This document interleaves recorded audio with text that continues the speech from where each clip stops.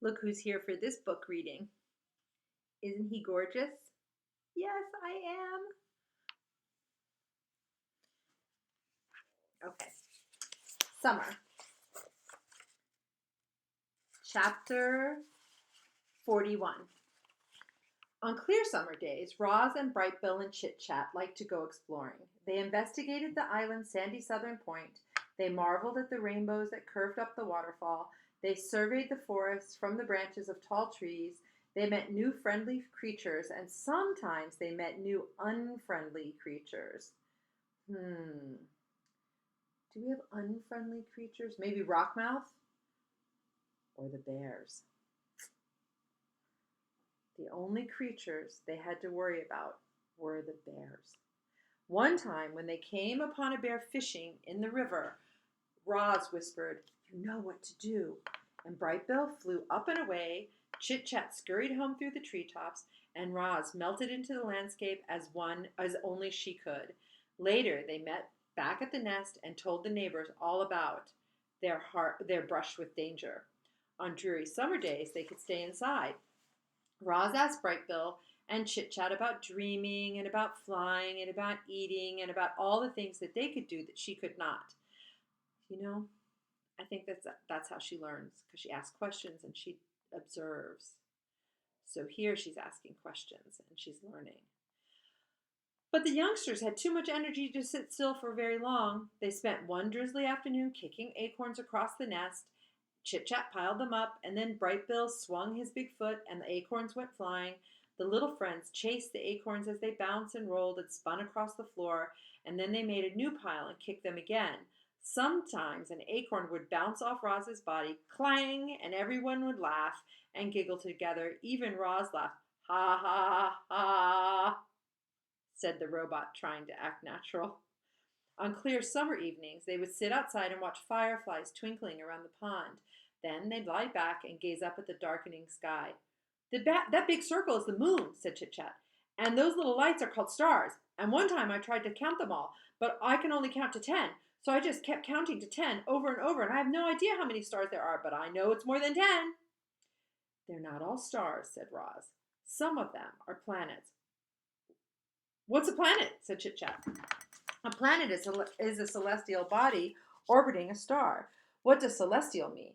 Celestial means something that is in outer space. What's outer space? Outer space is the universe outside the atmosphere of our planet. What's the universe? The universe is everything and everywhere. Oh, Chit Chat says. So the universe is our island. Yes, it is. It's our island, all of ours. None of them would ever really understand the universe, including Roz. Her computer brain knew only so much. She could talk about the Earth and the sun and the moon and the planets and a few stars, but not much else. The night sky was full of streaking, shimmering, and blinking lights that she simply couldn't identify. Clearly, Roz was not designed to be an astronomer, but we know what she's designed to do. Pick this out of your pocket. She's designed to take care of things. She's a gardener. On dreary summer evenings, Roz and Brightbill would curl up together, just the two of them, and listen to the rain pattering on the roof of the nest. The robot would tell stories of annoying pine cones and terrible storms and camouflage insects, but the sound of rain always made Brightbill sleepy, and he'd be out before his mother could ever finish a story. You know what's really lovely about that? Roz was just hatched hardly even a little bit ago, and she knows stories now. She can tell stories. There's the picture for the chapter. You can see Chit Chat on a tall branch way up high, because I guess she's the best climber, and Roz. And then below is the gosling. Can you see? Wait, let me just see if I can turn that better. Oh, there you go.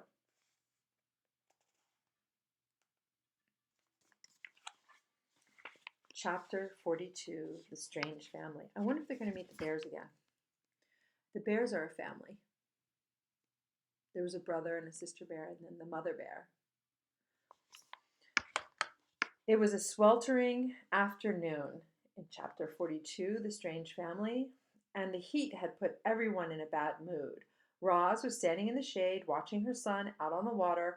The other goslings were teasing him about something when they suddenly burst into laughter, and Brightbill turned and hurried home with a stormy expression on his face. He stomped into the garden and right past his mother without saying a word. I know what this chapter's about. I think that there's always a time when children will tease other children. And in this case, I think that the goslings are teasing Brightbill about something. And since it's called The Strange Family, do you think it's about the kind of family he has? That's a terrible thing. Not the family, the teasing. What is wrong, Brightbill? Said Roz as she followed her son into the nest. Nothing. Leave me alone, he squawked. Tell me what is wrong. I don't want to talk about it. Maybe I can help. Mama, the other goslings were making fun of me. What did they say? They called you a monster and then laughed at me for having a monster mother. They should know by now that I'm not a monster. Would you like me to talk to them? No! Don't do that. That'll just make things worse. The robot sat next to her son. You know what? Sitting next to her son is probably the right thing to do right now because her son needs her to just sit for a minute.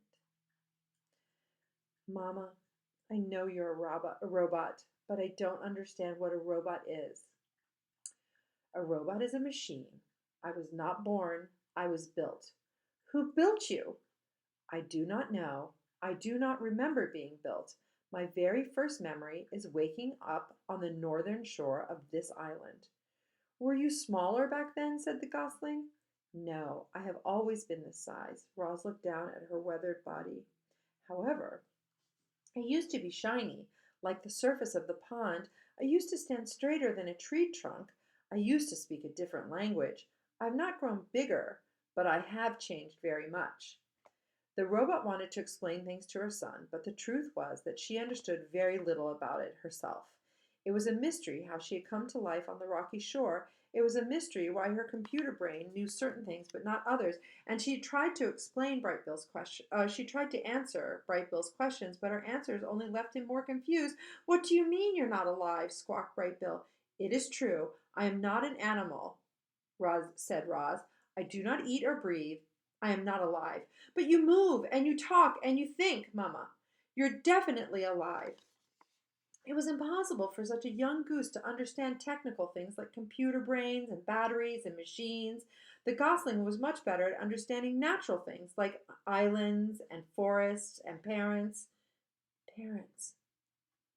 The word suddenly left Brightbill feeling uneasy. Oh my goodness, readers. I think that Roz always tells the truth, and now the gosling's going to ask what happened to his parents, and she's going to have to answer it.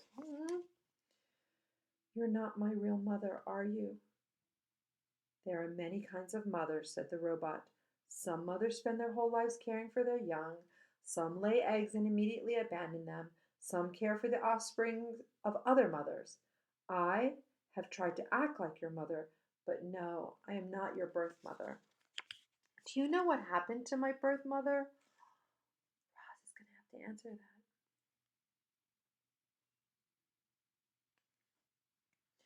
Roz told Brightbill about that fateful day in spring, about how the rocks had fallen and only one egg had survived, about how she'd put that egg in a nest and carried it away, about how she'd watched over the egg until a tiny gosling hatched. Brightbill listened carefully until she finished. Roz has stories, and this is one of the stories that she has. Should I stop calling you Mama? Said Gosling. I will still act like your mother, no matter what you call me, said the robot. Uh-oh, get ready for your heart space. I think I'll keep calling you Mama. I think I will keep calling you son. We're a strange family, said Brightbill with a little smile, but I kind of like it that way. Me too, said Roz.